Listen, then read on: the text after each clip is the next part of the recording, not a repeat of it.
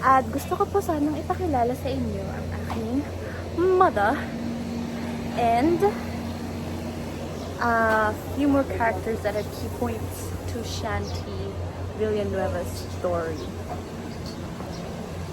Ayan, pasok tayo dito. Hello po.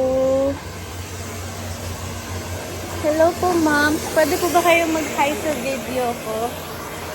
Hi! Hello! She's my mom! Hello everybody else. Ayan, nakilala niyo na ang mommy ko. Thank you, mommy! Ayan. Sorry, nahiya ako. Hindi ko na siya chinika. Nahiya ako.